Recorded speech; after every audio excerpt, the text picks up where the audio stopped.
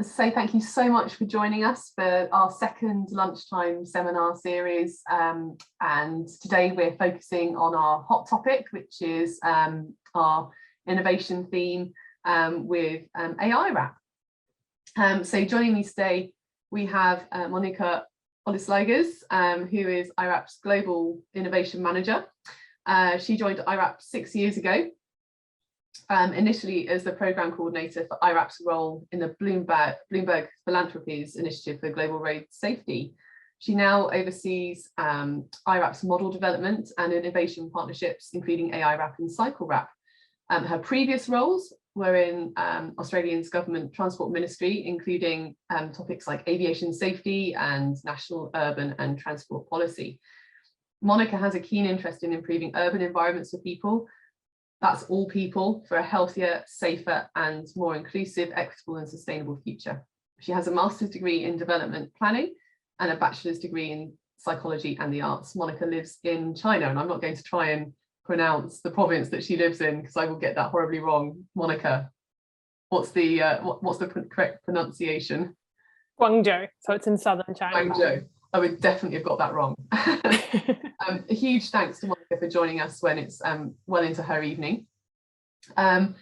Just a few matters of housekeeping. Monica is going to give her presentation. As she speaks, we'd be really pleased if you could raise some questions in the Q&A box at the bottom of your screen. I think it's at the bottom of everyone's screen. If you can't find it, just pop them in the chat as well. We'll monitor both. Monica will be speaking for 15 to 20 minutes or so, and then we'll have plenty of time for lots of questions and discussion. So please do put questions in there as they occur to you. So without further ado, I shall hand over to Monica. Thanks so much for joining us, Monica, and thank you for giving your time up to the EuroRAP family. Thank you, Susie, and thanks for the warm welcome. And hello, everybody. It's really nice to be here with you today. As Susie said, I'm here to talk about the AiRAP initiative. And AiRAP stands for the Accelerated Intelligent Collection of Road Safety Data. I think I might start just by setting the scene a little bit. And I know a lot of you are very, very familiar with the activities of EuroRAP and AiRAP, the umbrella organization, but just to give you a bit of a snapshot of the global activities that are happening around the world. The RAP protocols have now been implemented in over 100 countries. We've got over 1 million kilometers of road assessments with $75 billion worth of investment made safer. We work with a whole range of different partners from around the world. You'll see a couple of there listed on the left-hand side with development banks, various toll road operators. We work with a number of different data companies as well. And so there's a really strong level of global partnerships that AiRAP has formed. And of course, our regional RAPs as well, such as EuroRAP, are an important component of that. The star rating models and the road safety assessment tools that we use now form a very important part of global targets. So the UN target 3 is by 2030 that all new roads achieve 3-star or better. And target 4 as well, which is 75% of travel is happening on roads that meet safety standards or 3-star or better. And of course, we've got the Decade of Action for Road Safety, and the plans come out, and there's a lot in there around star ratings. And as a way of going forward in Europe, of course, you've also got the RISM directive, which is network assessments. We're all with the target of halving road deaths and serious injuries by 2030. So what I wanted to do is explain a little bit about what we're really trying to grapple with and address through this AiRAP initiative. One of the biggest challenges to scaling up and actually meeting the challenges in road safety assessments and getting them integrated is real barriers to data, really. It's about the procurement of data. Often road authorities and others don't actually know who has what data, where is it kept, who they should be approaching. Storage of data, once you have it, is a challenge for many. Securing that data and manipulating that data and extracting out of it what is really needed. And this is where there's big inequities. We're seeing that some road authorities are very big, they're very well equipped to be able to deal with this challenge. And they're quickly adjusting and making sure those skills are in-house. But there are a whole lot of cities around the world, road authorities, even up to the national government level, that simply do not have these skills. Road authorities are not traditionally data handlers, and across governments, it can be very, very challenging to know how to even start in this area. And so what we're trying to do with AiRAP is, there's a couple of key things. One is really about, reducing the time, effort and cost involved with road safety assessments. The whole aim here is to make sure that our roads become safer, and road safety assessments are a really key part of that.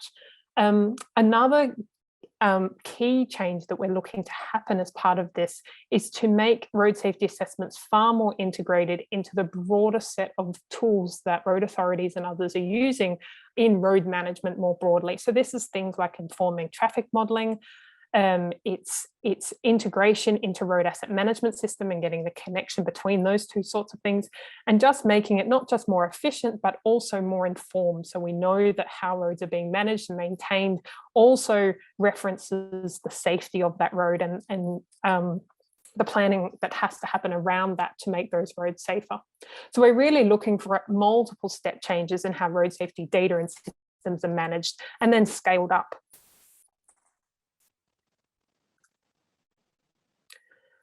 So I'm going to sort of drill down, if you like, that's sort of the bigger picture, and sort of drill down into what we're trying to do more broadly, what the various components are, and then I'll get a little bit more specific at the end. And as Susie said, please feel free to pop your questions in the chat box at any time. So what we're really trying to do with the AiRAP initiative is make sure that it is broad enough to capture all the kinds of data that is out there. So what you can see in this sort of wheel, if you like, is on the outside are all the various forms of data that are floating out there, and then the information that can get extracted from those sources. And so we very quickly see that in terms of the attributes that are ordinarily collected for iRAP road safety assessments or EuroRAP road safety assessments, these things can come from a number of different sources, but they then also have multiple uses. So once you've got this information, this is a really good source of data, and the iRAP specifications can offer a clear specification for that data being integrated across road management tools. So we not only will it come from different sources, but there's also a number of different ways that data is collected and converted. And we've sort of come up with 3 categories that loosely describes these different ways. One is that some data is readily available. And this is where data is already collected, it's stored, and it requires minimum conversion or compute in order to put it into a format that we need. A good example of this is speed data. Speed data is now often readily available via telematics. Once the data is collected, it's there, and actually requires very little effort to get that into the format that's required for road safety assessments. And so it's almost like a ready on demand situation. There is lots of other kinds of source data that is out there, but really needs to be computed on demand because the compute itself is quite taxing and quite specific. And this comes into a lot of the road attributes themselves. And so when we think about sort of how many lanes does a road have, or what's on the side of the road, are there safety barriers, where are the trees, these sorts of things, they come from feature recognition cameras. They also come from LiDAR data, and some of this is already collected.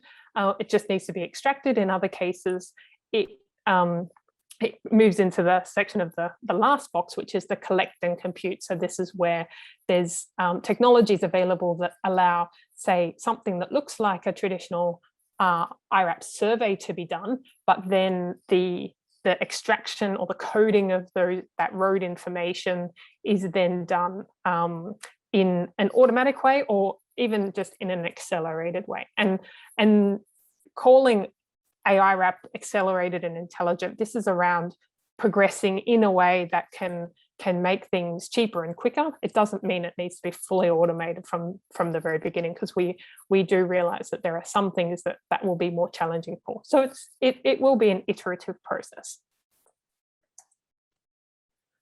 So in order to support this new initiative, iRAP's introduced a new accreditation. So what you can see there on the left is what we currently have as our conventional methods of data collection, and then there's accreditation that support each of those things. And our current accreditation scheme is a very robust one, and it's really to ensure the quality of the outputs of road safety assessments, and that the data coming out of them can be relied on. And so I'm sure many of you are familiar that it involves manual surveys. You've got to go and do your supporting data collections, that's the speed and flow. And then there's this process of manual identification of road features. And even with all of the specifications in place, we then need a rigorous quality assurance process, because it's really challenging. If you are doing an assessment of 20,000 kilometers of your national road network, that's a lot of data to get through, and a lot of individuals have to be working on that. So there needs to be some really good structures around the quality assurance. But out of that, you get the iRAP attributes, and that of course gives you the STAR ratings and fatality and serious injury estimations, and the safer road investment plans and the models that we have. The AiRAP method will work quite differently. So there's source data. So if you can remember the wheel I showed you, it's the outside of that wheel. Then there's a series of conversion algorithms. These at no point are owned or even developed by iRAP. We are really relying on a network of existing suppliers out there to develop these conversion algorithms. The people who do this could be the owners of the source data. It may be a company that already has the source data and will invest in the conversion algorithms and then be the supplier of that data. In other cases, it's going through sort of a value-added reseller arrangement, or a third party in the middle who will collect data from one or more sources. They will have the conversion algorithms to convert that. As part of the accreditation process, we validate the process and make sure it works on sample data, and then that approach is accredited. So it works at the individual attribute level. If somebody comes to us and says, I can tell you how many lanes are on every road, we've developed the algorithms to do that. We, as part of this process, have a look at the source data. Okay, we're confident that the source data is producing reliable outcomes. We don't look at that in detail. We do rely on the person converting it to tell us in many ways, to say that we're confident we can get reliable results out of this source data. We make sure the parameters around it are correct, that they're counting the right lanes, and all of that goes back to the iRAP specifications. And then they produce some data, some sample data that we look through, and we make sure that, yes, absolutely, it's producing reliable outcomes across different kinds of roads and different geographies if need be. And then you get the outcome of that, which is the RAP attributes.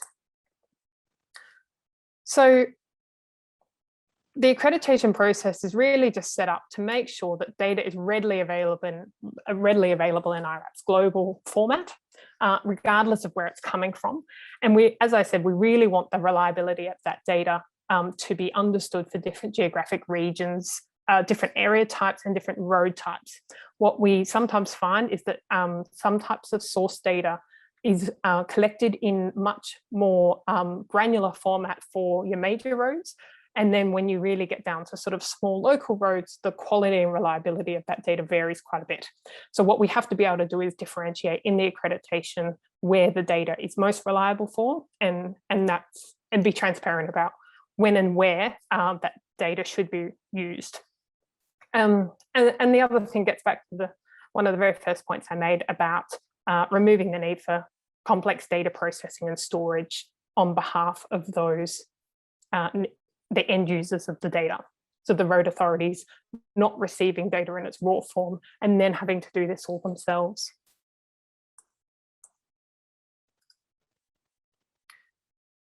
So the process is very flexible. And getting back to those early different categories we came up with, we've really shaped the process around being able to cater and tolerate different types of source data and the different collection and processing methods. And the general criteria for the accreditation is, and we just have a basic checklist in the end. At the end of the day, the accreditation process culminates in a number of different forms and documents, and then we go through and we just make sure that it's converted in a very systematic and consistent way. We make sure that the data is being delivered in the standardized coded format that we require in the upload file specification. We make sure that the conversion process works effectively, as again for those specific area and road types and geographic regions. We want to know that the conversion process is repeatable and scalable. If people are coming to us with a conversion process that is highly manual and that it's not well documented, that would be one cause to say, no, it needs to be proven that it can be applied elsewhere in a very methodical way. The limitations on the application of the data are clearly explained. In some cases, there will be data that will be accredited that will have substantial limitations on it. And they just need to be understood by those using it. And we understand that not all of this data is going to be absolutely perfect. I think what we're really trying to achieve is something that's comparable to data that is currently manually collected and coded. And so, for instance, where speed data, for instance, which is one of the biggest challenges we have in getting accurate speed data, similarly with vehicle flow data, there may be sources that come that we say, okay, it's got these limitations, but somebody using that data may actually go, no, I'm willing to take that because it's probably 100% better than what we currently have. And in those cases, it's up to the end users to be able to make that judgment, as long as we're very clear about what its limitations are. And at the end of the day, what all of this means is that accreditation ensures that there's harmonized data worldwide. And so we know that somebody in Latin America is collecting data to the same standard as somebody in Europe. And where this becomes really quite important is that increasingly some types of source data is available for different geographic regions to the person who's collecting it. So there may be a company in the Netherlands, for instance, with data for satellite data for Africa. And what makes this really important is that that company in the Netherlands can produce the data to the specification that can be picked up in Africa. So it really provides a lot of great opportunities. So there's two documents. These documents have been put together as part of a research and development project in Australia currently, and will be approved and available shortly. One of them is the one on the right. It's the data specification. This is really to support those that will be converting data, to understand the particular parameters that need to be considered when not doing things manually, basically.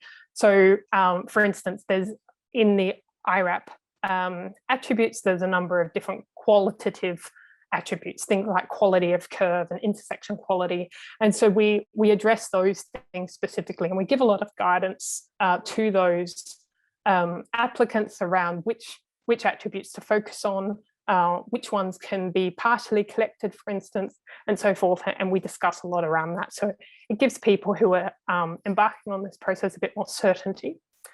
The other document on the left is the process for the accreditation itself, and that explains everything in a lot more detail.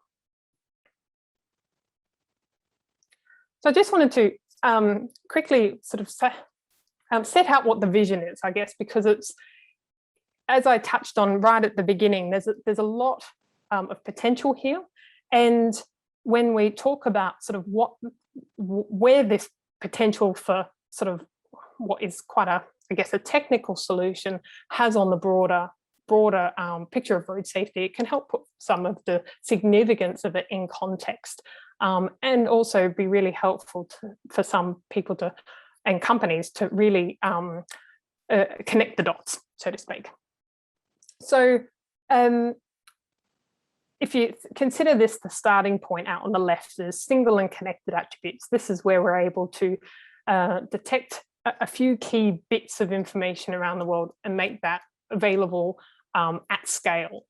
We open up the possibility of simple road safety KPIs, and also we're developing this AiRAP marketplace where there will be this make data available from accredited suppliers globally.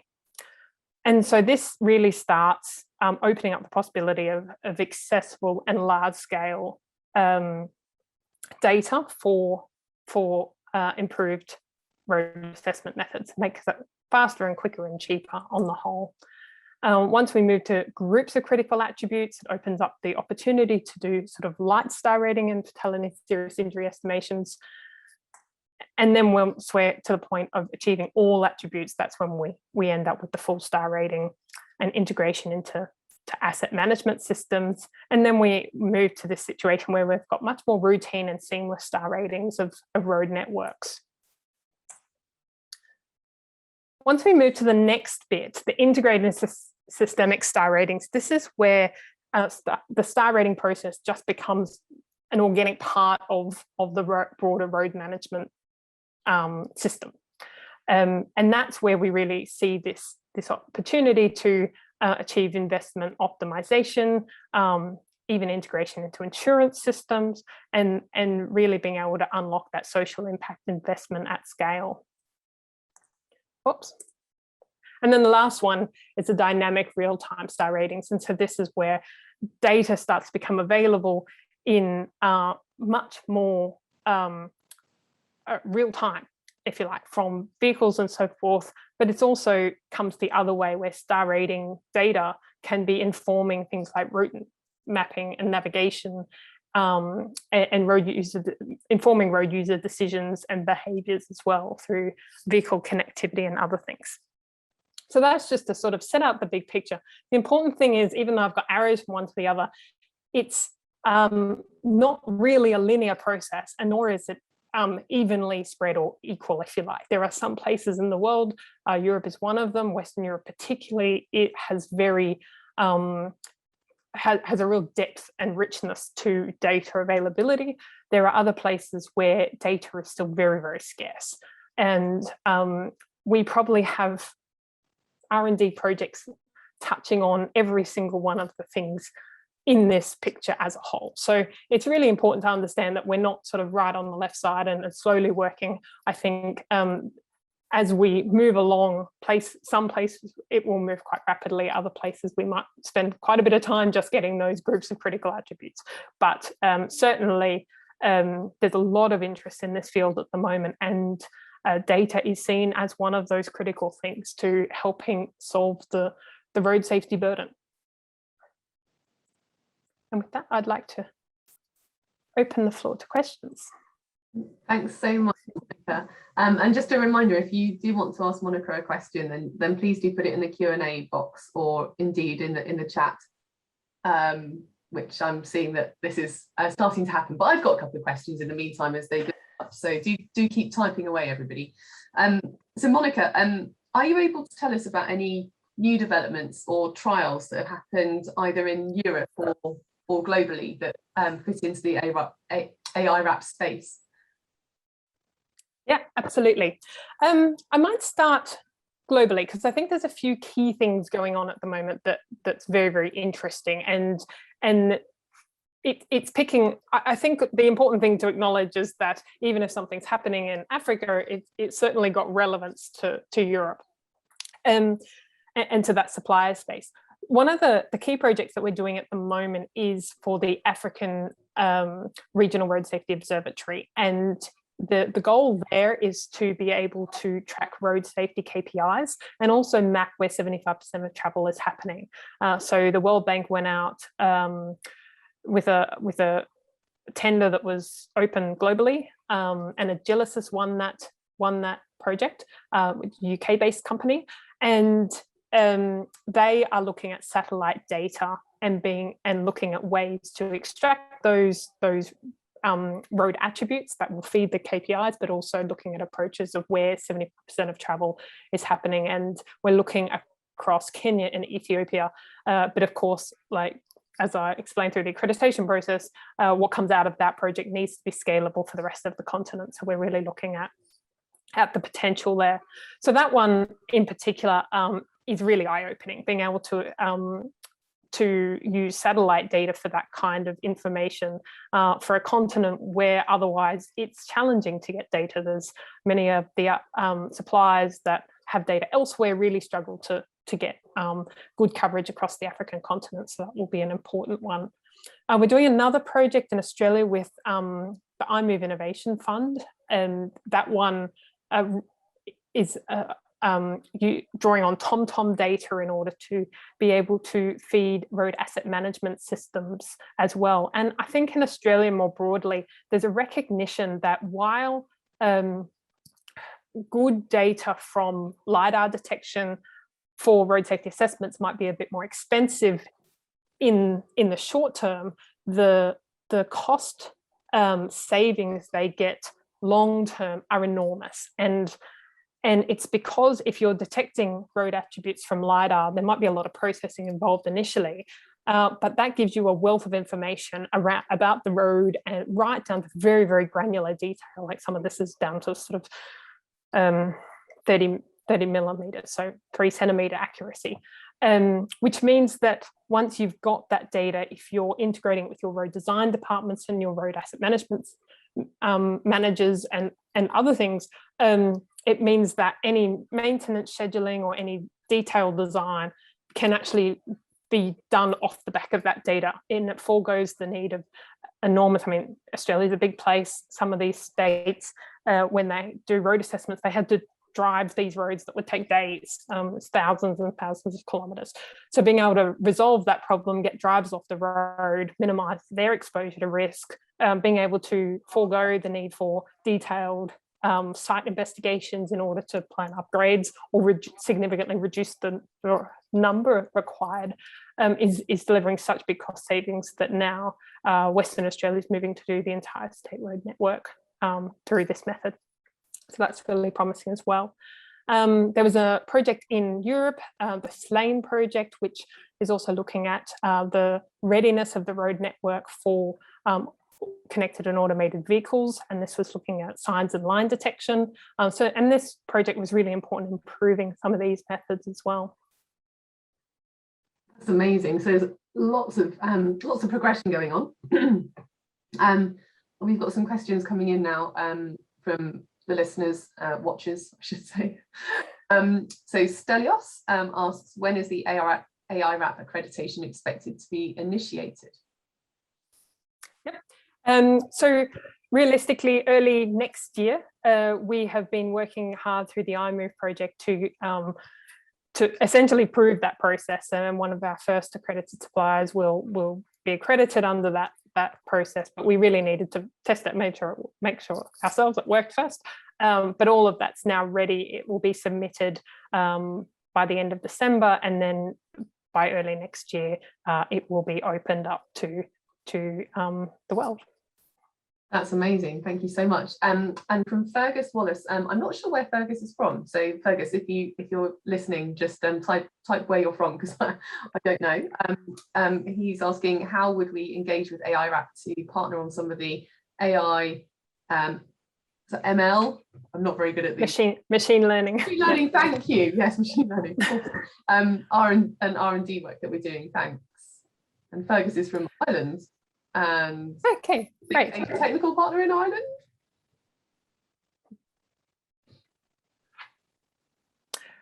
Yeah, so research and development projects are a really key part of of this initiative, because a lot of this is quite new, and although in theory it's easy to think about sort of the logic of it and everything, it really does need to be explored and tested at the country and regional level. Part of the challenge, I mean, even for this project in Africa, was just finding out who the suppliers. Half the project was just going out for procurement process and seeing who responded, because it was just surprising as to sort of what came out of the woodwork, so to speak, in terms of data and suppliers, and even sort of connections between data and suppliers. Was really, really very interesting. And so understanding sort of that supplier network, or the potential data source network is one big part of it. Then understanding what the capability there is in order to get these things actually converted into a format, and then applying it in your local context, is just really, really important to create that domestic market, if you like, for it. There are also some attributes or some road features that really are quite specific to regional areas.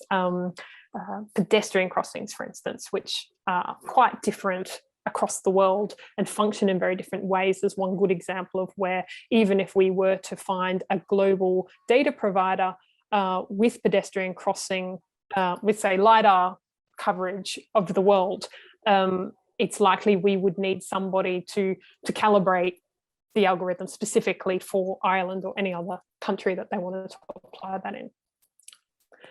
Sorry, Susie, I'm just going to add one more thing.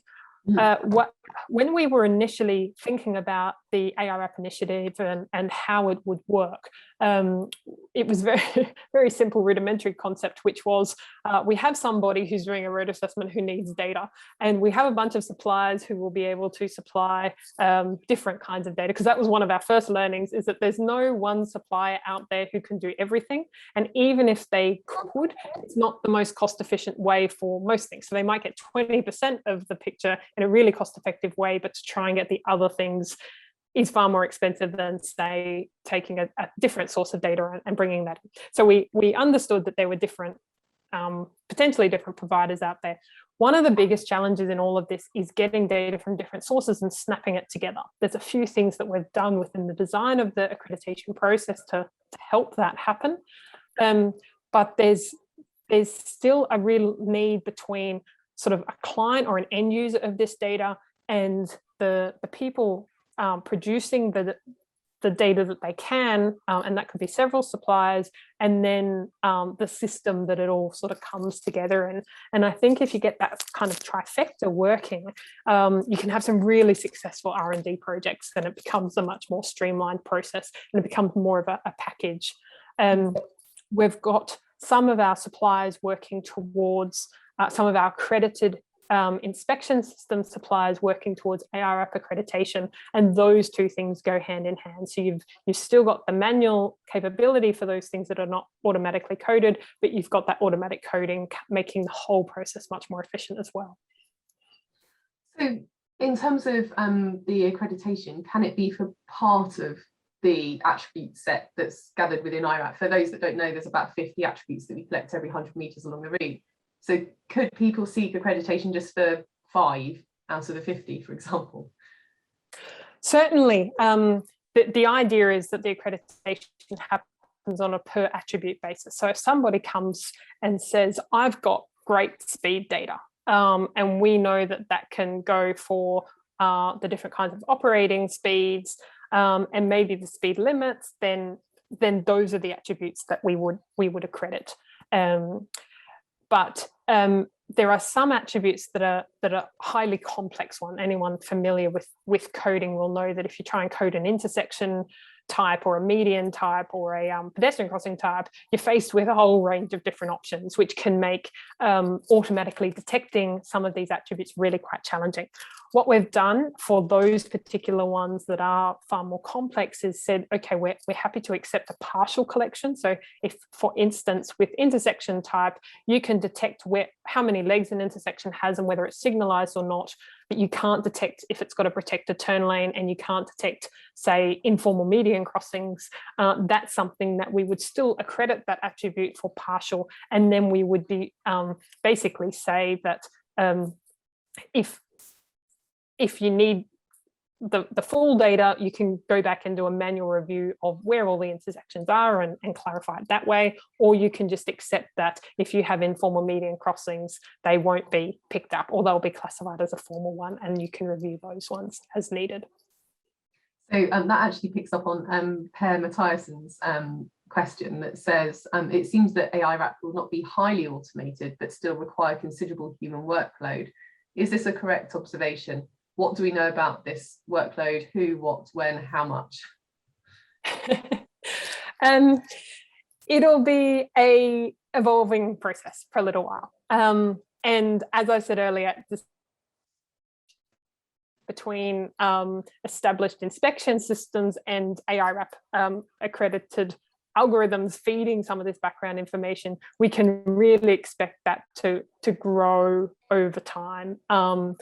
And so while initially it may take, I mean, realistically, I expect probably within the next 12 months, hopefully, everybody will be using speed data that is from one of these sources to completely forego the need of supporting data collection. I think if we just achieved speed and flow data from a source other than standing on the side of the road, I think that will be a really big win, and not only improve the outputs of our models, but really save everyone a lot of time and effort.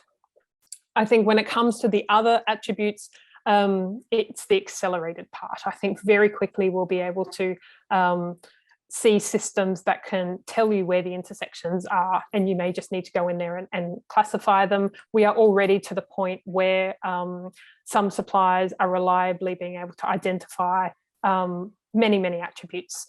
And so those inspection systems, or the AiRAP aspect of those inspection systems, will be coming online very soon.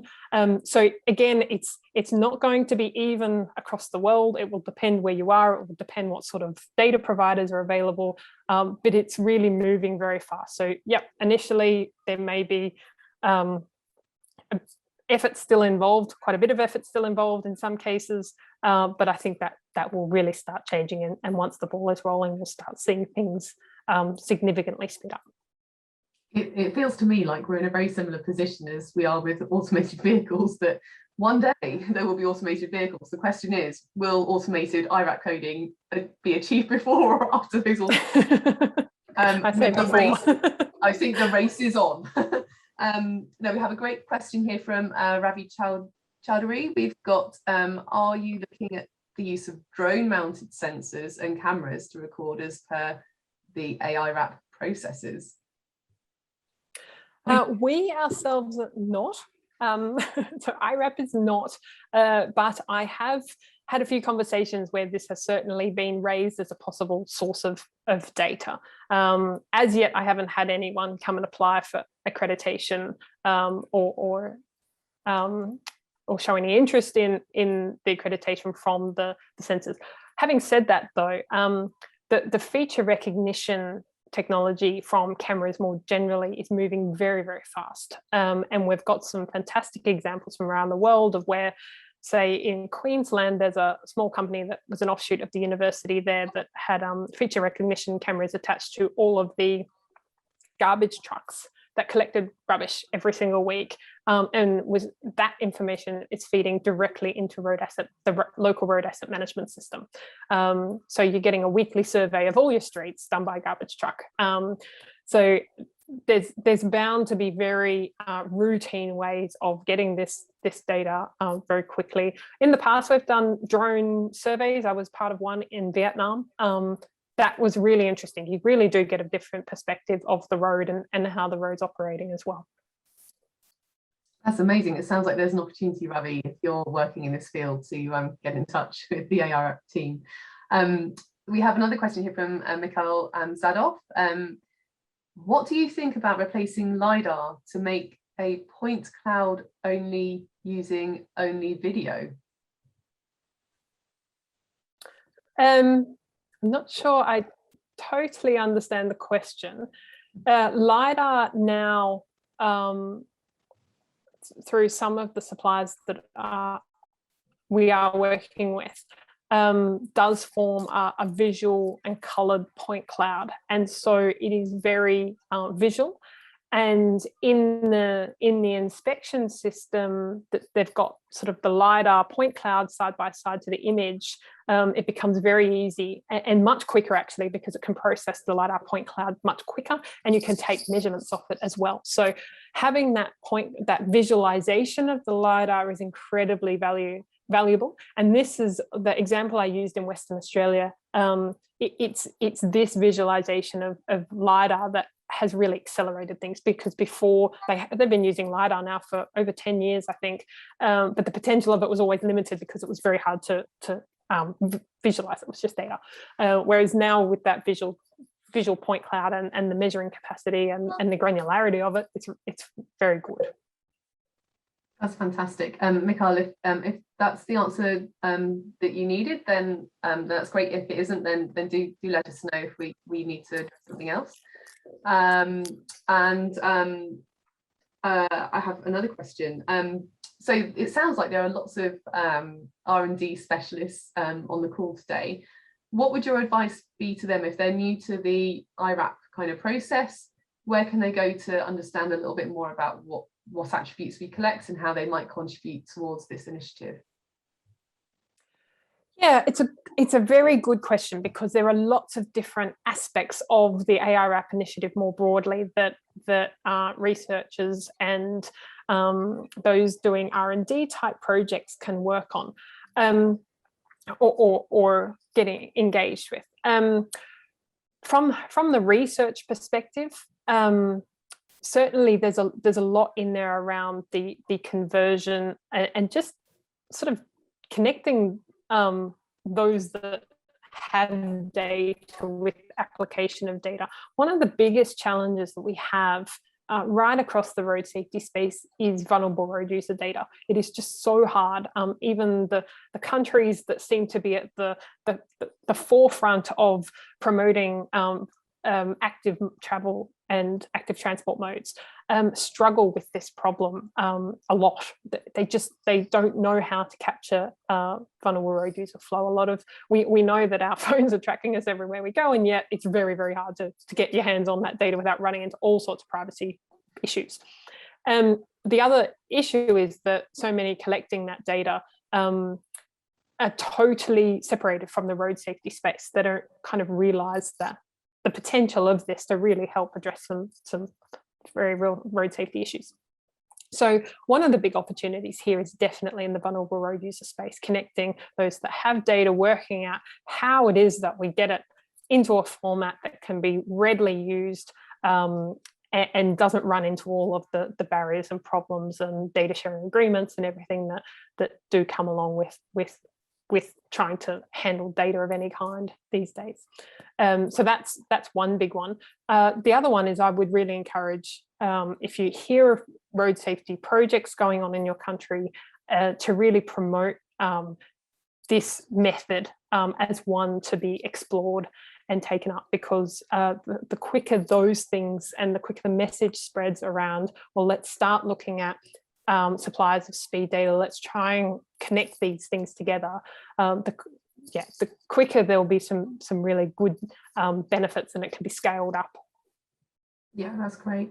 And in the meantime, if you're brand new to iRAP, do have a look at the iRAP website. There's a specifications area which contains the coding manual that we use for iRAP surveys, which will give you a really good view as to all of the attributes that we're interested in when we undertake those surveys. We've also got a lot of road authorities on the webinar today as well. Monica, what can the road authorities do to try and sort of move towards this automated? Yeah, again, if you're a road authority that is already working on doing road safety assessments, definitely explore opportunities for data providers and look at ways that you can create those connections.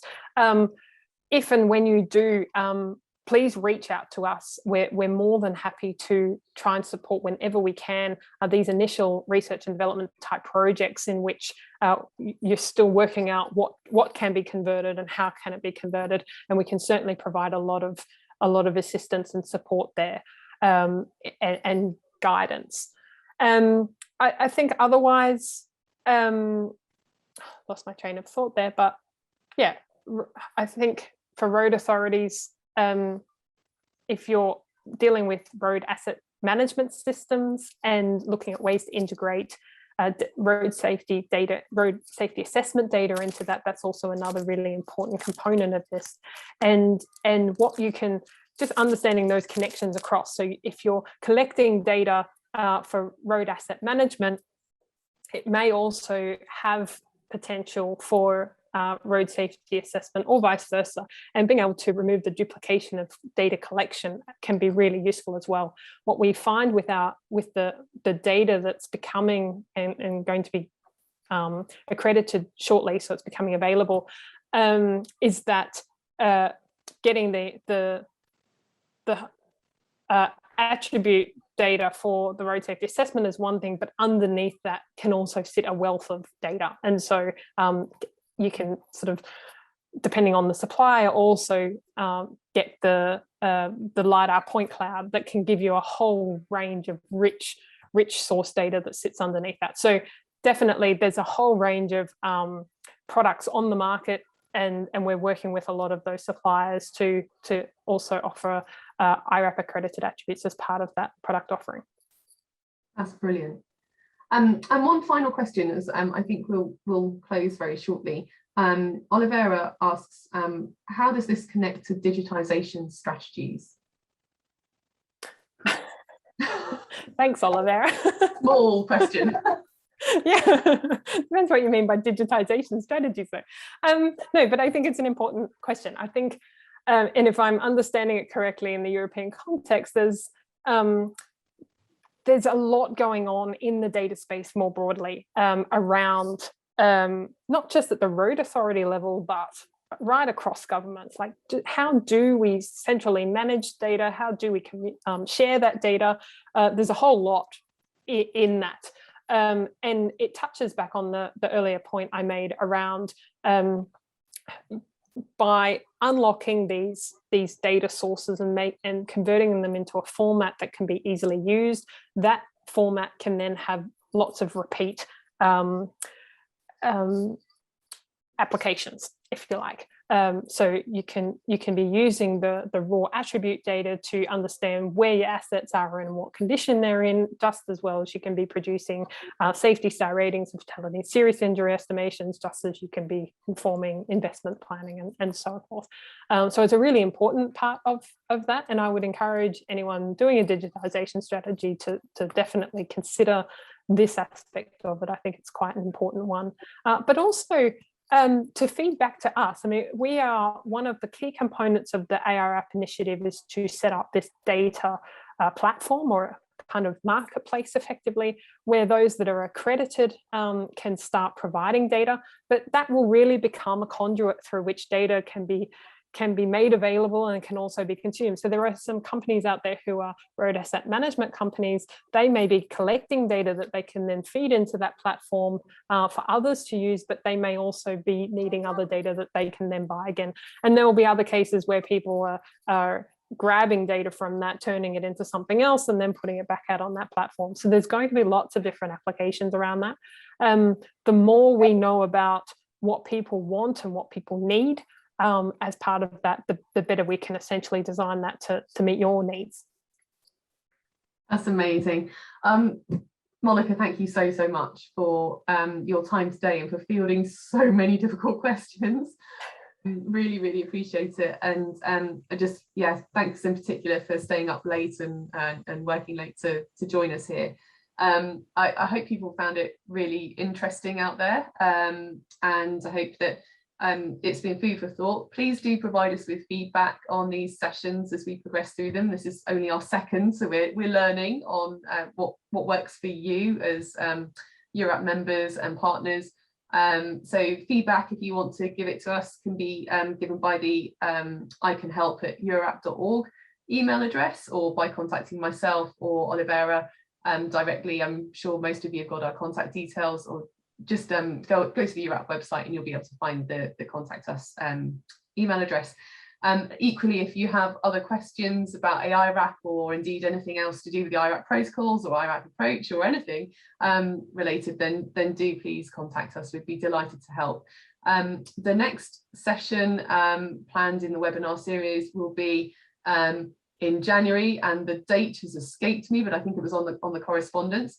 The January session will be a spotlight on Slovenia and their EuroRAP programme. So thank you so much for your time today, everyone. Huge thank you to Monica, and we'll let you get back to your lunch and to your afternoon. Thanks so much, everyone. Thanks, Susie. It was a pleasure.